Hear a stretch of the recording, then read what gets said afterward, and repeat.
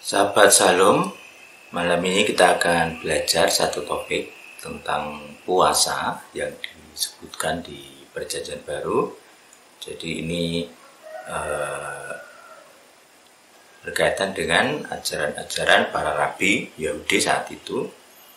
Jadi kita akan melihat satu topik yang berkaitan puasa Senin Kemis.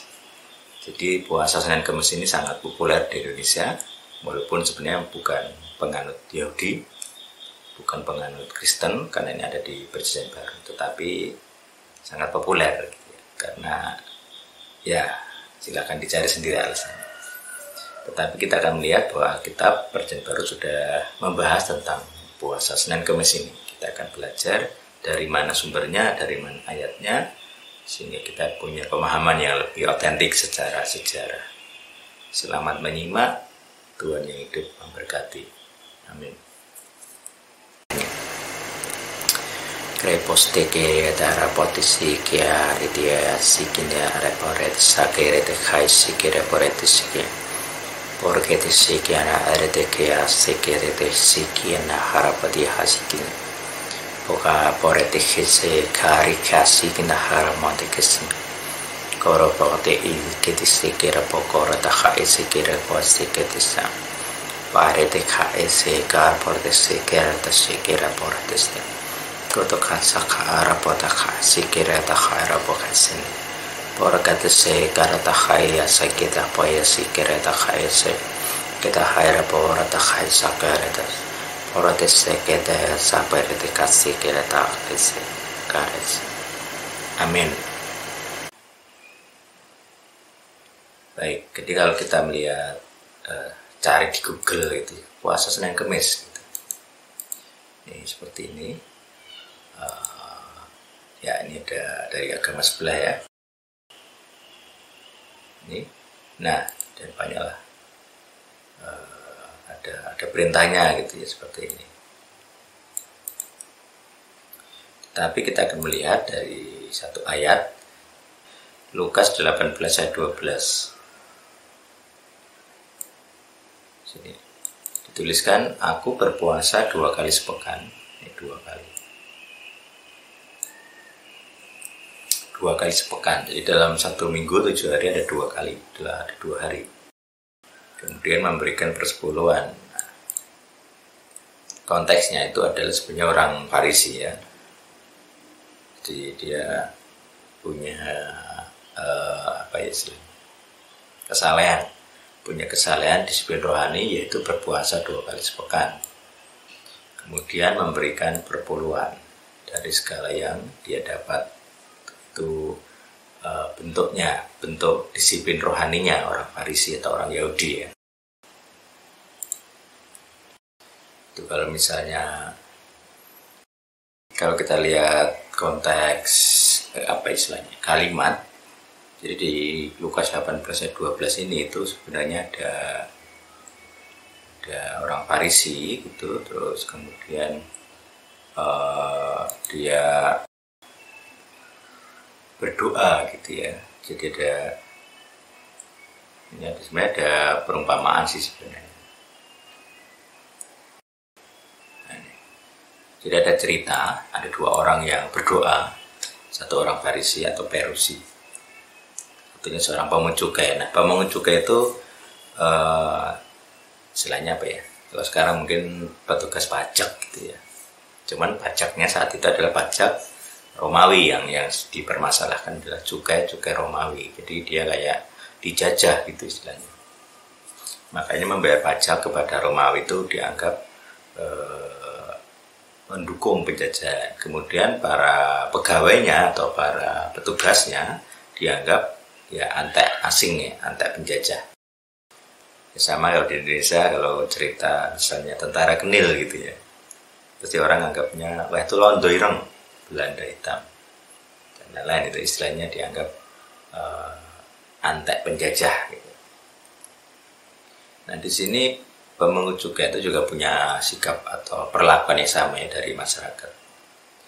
Kemudian ada 2 orang, nah satu ini pemungut cukai, ada satunya orang Farisi atau Parisi. Yang Farisi ini berdoa dengan hal yang sangat mulut sebenarnya, memuji diri. Sini coba kita lihat.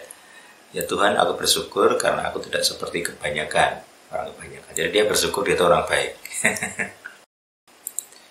Tidak serakah, terus jujur, tidak berzina, dan tidak seperti pemungut cukai yang ini. Jadi dia nyebut sosok orang yang duduk di sebelahnya atau berdoa di sebelahnya yang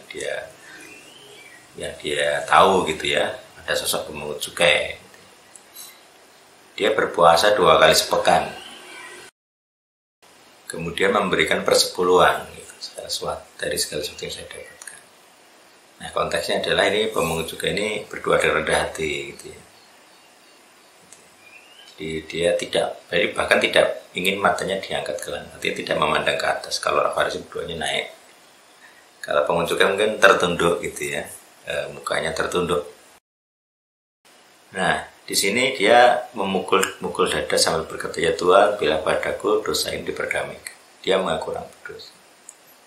Jadi konteksnya datang kepada Tuhan, ada yang mengaku orang soleh, ada yang mengaku orang berdosa.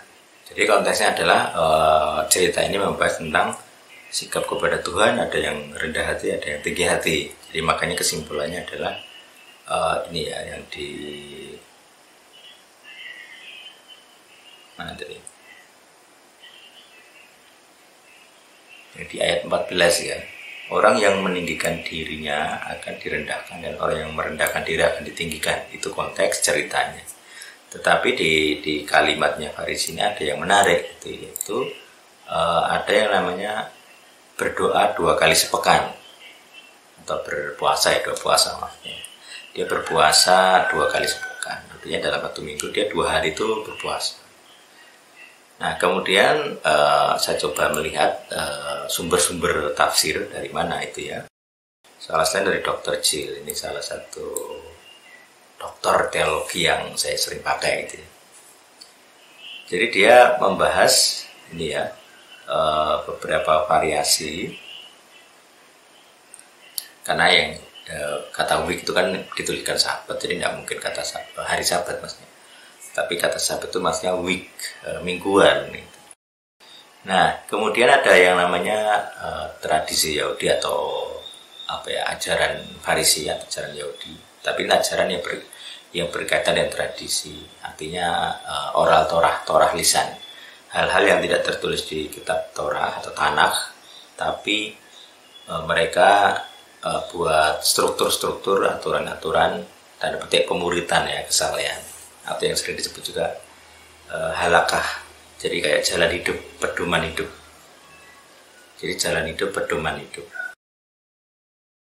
Nah, di antara banyak aturannya para rabi Yahudi di saat itu ada yang tadi berpuasa 2 kali sepekan. Nah, di hari apa itu di sini disebutkan. Jadi hari pertama, hari kedua, dan hari ketiga. Itu. Jadi mereka berpuasa di hari ini, Monday dan Tuesday. Monday itu Senin, Tuesday itu Kamis ya, Kamis. Jadi hari Senin dan Kamis. Nah makanya ini menarik karena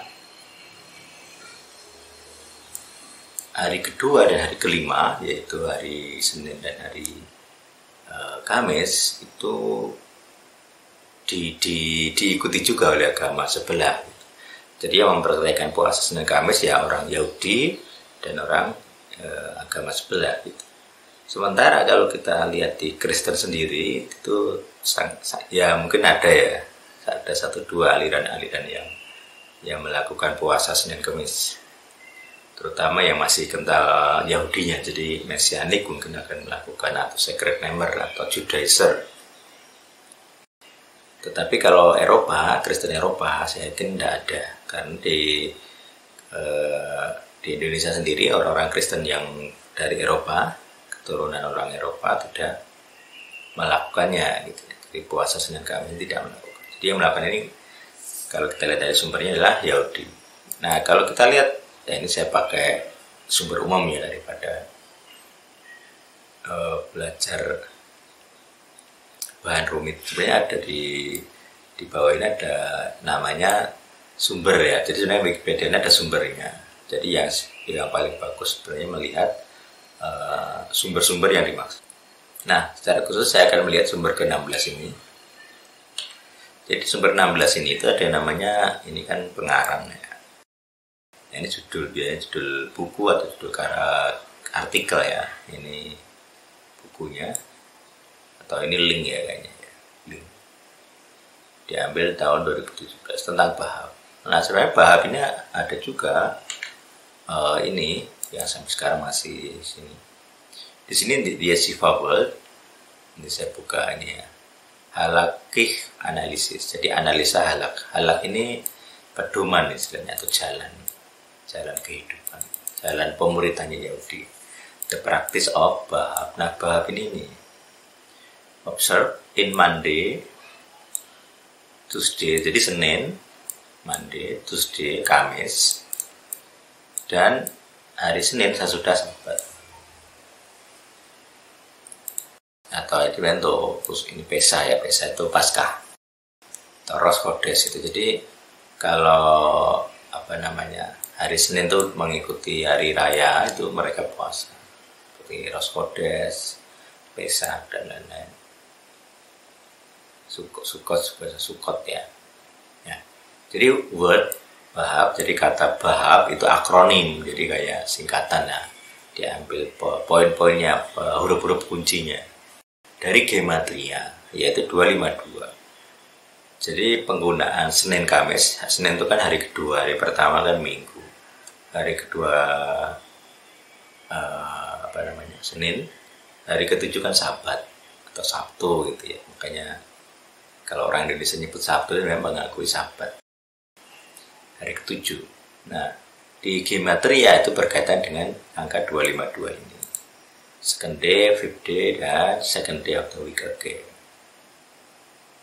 Oke, jadi poinnya adalah di sini. Satu, orang Yahudi sampai sekarang masih mengajarkan. Jadi ini Yeshiva World ini ajaran Yahudi ya.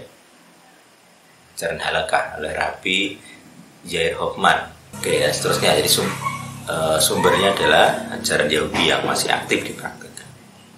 Jadi dari Yahudi kemudian ada unsur gematria. Jadi angka-angka 2 dan 5 Senin Kamis itu dianggap hari berpuasa, mungkin begitu, atau hari penting untuk berpuasa.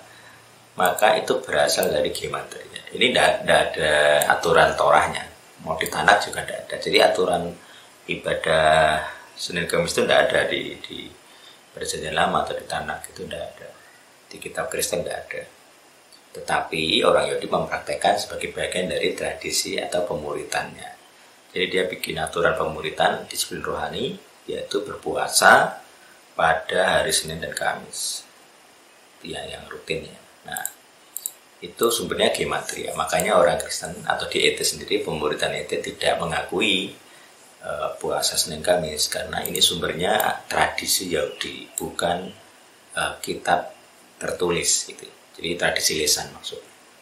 Tidak ada kitab tertulisnya. Jadi dari Mose sampai Malaki, dari kitab para nabi tidak ada aturan puasa Senin Kamis. Tetapi kalau mau melakukan juga tidak salah, karena itu bukan hal terlarang maksudnya. Jadi kalau tidak ditulis itu bukan berarti tidak boleh dilakukan. Cuma juga tidak bisa diwajibkan. Karena ini spesial kalau mengikuti ajaran para rabi. Sedangkan ET atau Kristen kan tidak mengikuti ajaran para rabi. Sama seperti kalau pemuritan sekarang itu misalnya harus tampil rapi, harus potong rambut, harus kalau salah satu Paulus kan tidak boleh berdandan melidit gitu ya, mengepang-epang rambut. Kalau di ET tidak masalah, mau betulan berdandan ya, mengepang rambut kan berdandan. Terus memakai produk kecantikan juga gitu. Makanya kalau pemuritan yang sangat-sangat kaku, tidak boleh berdandan, perempuan juga tidak boleh. Saya pernah nemui langsung, jadi mereka itu memang perempuannya nggak menyentuh kosmetik gitu ya. Ya biasa saja, kayak anda berdandan. Nah, kecuali nanti cari pasangan baru dandan, itu tekanan pragmatisme. Jadi ideologinya tidak boleh dandan, begitu pengen tampil cantik biar dapat pacar baru berdandan. Ya, itu memang ada model pemuritan seperti itu. Nah, kembali ke gematria, karena ini gematria, numerologi ya, hitung-hitungan angka. Nah, saya nggak akan terlalu dalam bahas angka 2, angka 5, maknanya apa gitu. Karena ET juga tidak mengakui gematria gitu. Yang jadi yang poin saya adalah begini, bahwa tradisi-tradisi itu atau pemuritan sebenarnya, kalau ini kan pemuritannya orang Yahudi ya, para rabi ya, ini memang ya sejarahnya begitu. Jadi sampai sekarang orang Yahudi masih mengakui warisan-warisan ajaran puasa Senin Kamis gitu. Bahkan di Alkitab PB Kristen ya, itu ada kisah tentang orang Yahudi yang berpuasa 2 kali sepekan. Ini yang perlu dipahami, bahwa memang ya begitu ajaran Yahudi yang sebagai tradisi itu begitu. Sedangkan Kristen kan tidak mengakui ya, tidak mengakui misalnya disiplin rohani tentang berpuasa 2 kali sepekan. Ini disiplin rohaninya orang Yahudi, pemuritannya orang Yahudi. Itu tidak mengakui, orang Kristen juga saya pikir mayoritas tidak mengakui. Baik, tuh. Kenapa saya bahas ini? Karena kemarin ada yang tanya puasa orang Kristen kayak apa. Jadi ini bisa jadi ya memperluas wawasan lah. Gitu. Kalau mau puasa Senin Kamis ya ini ada dasarnya, itu ajaran Yahudi. Kalau Kristen mau meneruskan ya tidak salah juga, tidak dosa maksudnya. Kalau mau ikut berpuasa 2 kali sepekan Senin Kamis ya tidak apa-apa. Memang ada ajarannya gitu. Itu bukan ajaran agama sebelah, itu ajaran Yahudi. Jadi kalau orang Kristen mau puasa 2 kali sepekan ya tidak apa-apa. Gitu. Kalau komentar tentang Dr. Gil nanti bisa dibaca di link saya ini, di link ET. Sumber-sumbernya juga ada, di sini ada di bawah yang huruf ini itu sumber-sumber nama-nama pengarang buku atau kitab ya. Atau kalau pakai software itu bisa pakai ini. Saya kebetulan pakai ini ya. Ini nanti tulis ya. Saya pakai software SWOT atau sumber yang juga banyak. Komentar, nah ini ada yang namanya Dr. Jill. Nah ini ada penjelasannya yang kiri ini saya. Yang kiri ini ada penjelasannya. Jadi nanti silahkan dilihat. Mau pakai apa terserah, mau pakai link saya juga bisa. Kita saya copy gitu ya. Nanti tinggal di translate bahasa Indonesia. Itu, nah jadi kalau misalnya kita lihat dari tradisi Yahudi, jadi kalau cara puasa Yahudi kan ada ini. Berapa lama makanan minumnya pada hari berpuasa sampai pillar of the morning ascend, day breaks. Gitu. Until ayam berkokok. Ya, jadi ada yang bilang itu 24 jam atau ya tuh. Saya sendiri tidak terlalu kaku ya, karena di Alkitabnya tidak harus itu seperti itu maksudnya. Karena Isa kan puasa 40 hari, kita juga nggak tahu 40 harinya kayak. Jadi apakah ada orang bisa sanggup 40 hari? Saya belum lihat. Jadi kalau mengikuti puasa Yesus di padang gurun 40 hari, saya belum nemu orang yang sanggup. Makanya kalau disuruh meneladani ya aku juga nggak bisa. Dan aku belum lihat ada orang bisa gitu ya 40 hari. Nah gitu. Nah mungkin kenapa 40 hari? Ya itu juga menarik gitu ya. Apakah ada latar belakang tertentu dari ajaran Farisi saat itu? Karena ajaran Farisi kan dia kan rabi, dia juga Farisi. Cuma dia dianggap rabi yang membela gitu, mendirikan agama sendiri. Nah itu nanti bisa ditelusuri gitu ya, kira-kira 40 hari itu ada sejarahnya enggak, atau sejarah cara makan, cara puasanya gimana, ada enggak. Nah kalau di Kristen kan sebenarnya enggak terlalu fokus ke situ ya. Jadi beberapa praktek pemuritan Kristen itu kalau puasa ya dia 24 jam enggak makan minum, Ada yang nggak makan tapi minum air putih, maksudnya ada yang pantang makanan tertentu. Jadi kayak orang apa istilahnya, orang diet pengen menguruskan badan, jadi pantang makanan tertentu. Atau mungkin kayak orang Jawa muteh misalnya, hanya makan nasi putih dan air putih, air bening maksudnya. Ya, itu bisa. Ya, jadi kalau soal bentuk enggak, kalau saya sih bebas ya. Kalau saya sih bebas, mau pakai cara yang apa, mau pakai metode yang apa, bentuk puasa yang kayak apa. Karena esensinya bagi saya bukan itu. Nah, itu nanti penjelasannya lah tentang tujuan puasa. Nanti video lain yang akan menjelaskan. Oke, demikian bahasan singkat tentang puasa Senin Kemis. Kalau Anda mau melakukan ya silakan, karena itu warisan pemuritannya orang Yahudi. Jadi bukan dosa juga, boleh dilakukan. Tetapi juga bukan keharusan, itu yang ya nggak wajib, tapi juga tidak dosa. Kalau itu karena ini warisan Yahudi dan ini tradisi. Kalau orang Kristen kan istilahnya begitu. Kalau istilahnya Paulus, dongeng nenek tua. Saya nggak tahu nih kenapa dia begitu getol nyebut banyak ajaran Farisi itu sebagai dongeng-dongengnya. Termasuk ketika Petrus makan dengan Kristen Yunani itu, dia marah disebut munafik karena ada aturannya, jadi memang tidak boleh makan dengan orang asing. Itu kan tradisi atau ajaran Yahudi saat itu ya. Tapi itu tidak ada di kitabnya, tidak ada. Itu lebih ke ajaran lisan. Makanya Paulus membedakan antara ajaran tertulis dan ajaran lisan. Ajaran Sabat, ya, jadi ketika Paulus bahas Sabat dan dikatakan jangan terpancang dengan hari raya, itu bukan bahas larangan merayakan Sabat, itu orang-orang salah kira. Tapi lebih ke larangan melakukan hal-hal tradisi Sabat, itu maksud. Seperti ya apa ya, misalnya tidak kayak misalnya Sabat tidak boleh bekerja, maka kalau ada kambing masuk sumber tidak boleh diangkat, kan kalau mengangkat sesuatu kamu bekerja. Itu contoh. Termasuk Yesus sendiri kan alergi ya, anti dengan ajaran-ajaran tradisi yang nggak bermutu seperti itu. Bahkan menyembuhkan pada hari Sabat pun dianggap bekerja, itu kan ya bodoh gitu.